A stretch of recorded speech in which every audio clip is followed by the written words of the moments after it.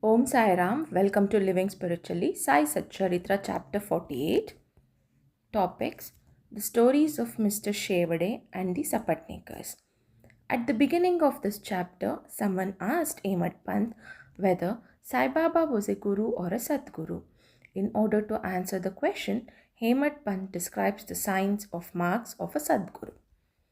The signs of a Sadguru: a person who teaches us the Veda and Vedanta or the six Shastras, controls his breath or brands his body with mudras, gives pleasing discourses regarding Brahma, gives mantras to his disciples and orders them to chant the same a certain number of times, and explains beautifully the ultimate principle, but has himself got an experience of self realization, is not a Sadguru, but he who, through his course, creates in us distaste for the enjoyments of the world and the next, gives us taste of self-realization, and is well versed in both theoretical and practical knowledge, deserves to be a Sadguru.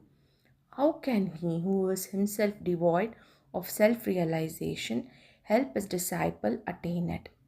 A Sadguru does not, even in his dreams, expect any service or profit from his disciples.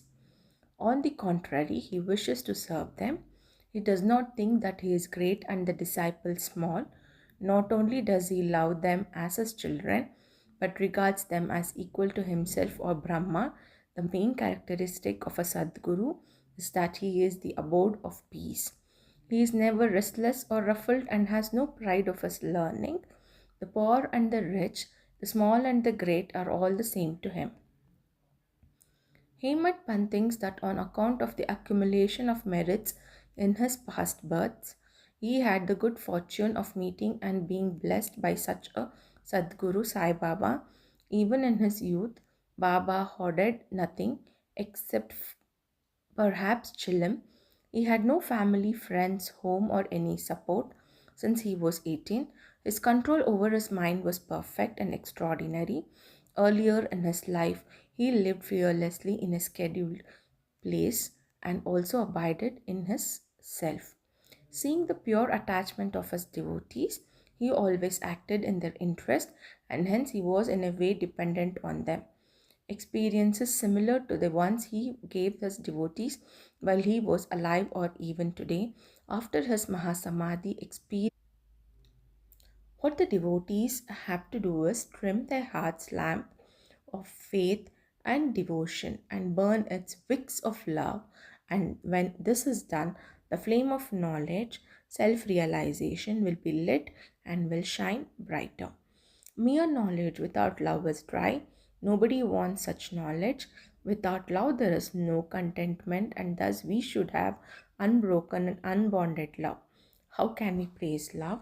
Everything is insignificant before it. Without love, our reading, hearing, and study are of no avail.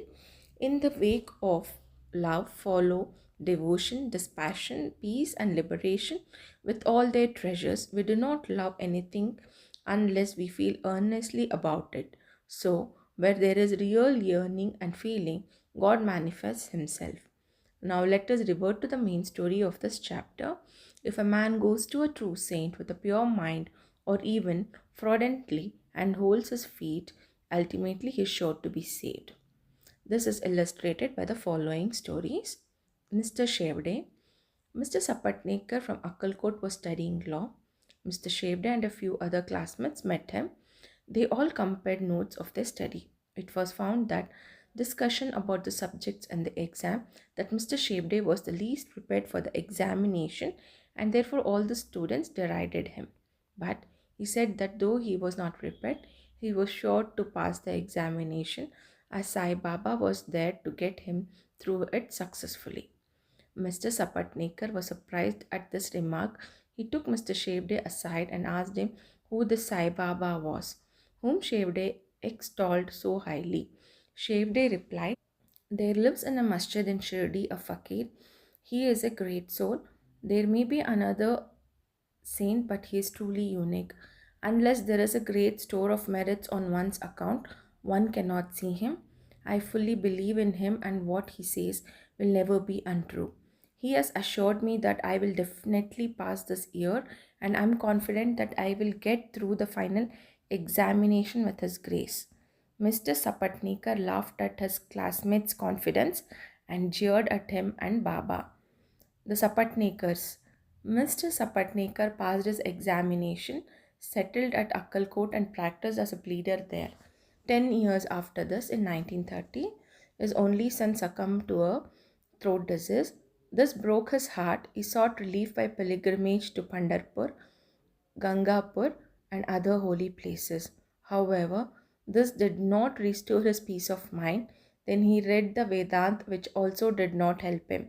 In the meanwhile, he remembered Mr. Shevde's remarks and his faith in Baba, and he thought that he too should go to Shirdi and see Baba.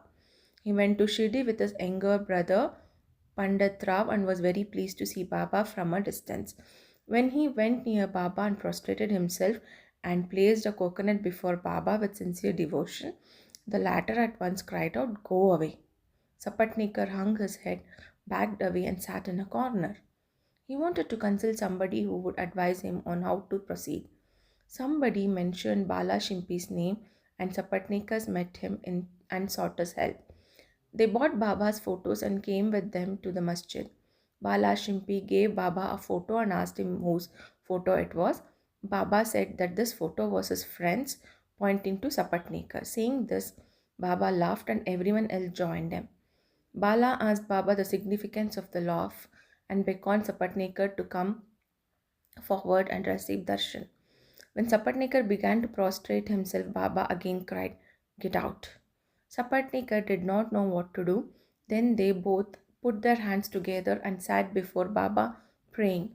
Baba finally ordered Sapatnikar to leave immediately. Shimpi and Sapatnikar were both sad and dejected as Baba's orders had to be obeyed. Sapatnikar left Shirdi with a heavy heart, praying that he would be allowed to receive darshan next time. A year passed and Sapatnikar's mind was not at peace. He went to Gangapur where he felt even more restless. Then he went to Madegaon to rest and finally decided to go to Kashi. 2 days before he was to leave to Kashi, his wife had a vision. In her dream, she was walking with a pitcher to a well. There, a fakir with a piece of cloth around his head, who was sitting at the foot of the neem tree, came close to her and said, "My dear, why get exhausted for nothing? I shall get you pitcher filled with water." She was afraid of the fakir and ran back with the empty pitcher. The fakir followed her. At this point, she was awakened. She described her vision to her husband. They thought that this was an auspicious sign and they both left for Shirdi. When they reached the masjid, Baba wasn't there as he had gone to Lendi. When he returned, she was surprised to see that the fakir she saw in her vision looked exactly like Baba. She reverently prostrated herself before Baba, sat looking at him. Seeing her humility, Baba was very pleased, began to tell a story in a specular fashion to a third party. "My arms, abdomen, and waist have been paining for such a long time. I took many medicines, and yet the pain did not abate. I got sick of the medicines as they gave me no relief, but I am surprised to see that all the pains have now disappeared at once. Though no name was mentioned, it was the story of Mrs. Sapatnikar herself. Her pains, as described by Baba, left her soon, and she was happy." Then Mr. Sapatnikar went ahead to receive darshan. He was again welcomed with a former, "Get out." This time, though he was more penitent and persevering, he realized that Baba's displeasure was due to his past deeds and resolved to make amends for the same. He was determined to see Baba alone and asked to be forgiven for his past action. He placed his head on Baba's feet and Baba placed his hand on it, and Sapatnikar sat stroking Baba's leg. Then a shepherdess came and sat massaging Baba's waist. Baba, in his characteristic way, began to tell the story of a bania, a businessman. He related the various vicissitudes of his life, including the death of his only son. Sapatnikar was surprised to see that the story which Baba related was his own. He wondered how. Baba knew every detail of it. He realized that Baba was truly omniscient and knew everything about everyone's life. When this thought crossed his mind, Baba, still addressing the shepherdess and pointing to Sapatnekar, said, "This fellow blames me and charges me with killing his son. Do I kill people's children? Why does this fellow come to the masjid and cry? Now I bring that every child back into these wife's womb again." With these words, he placed his blessing hand on Sapatnekar's head and comforted him, saying, "These feet are old and holy. You are carefree now. Place your entire faith in me and you will soon reach your objective." Sapatnekar was greatly moved and he bathed Baba's feet with his tears and then returned to his residence. Then he made preparation for worship and Naivedya and came with his wife to the masjid. He offered this to Baba and accepted prasad from him.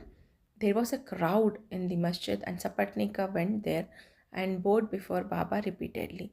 Seeing heads clashing, Baba said to Sapatnekar, "Why do you prostrate yourself repeatedly? One namaskar offered with love and humility is enough." Then Sapatnekar witnessed the Chavdi procession described before.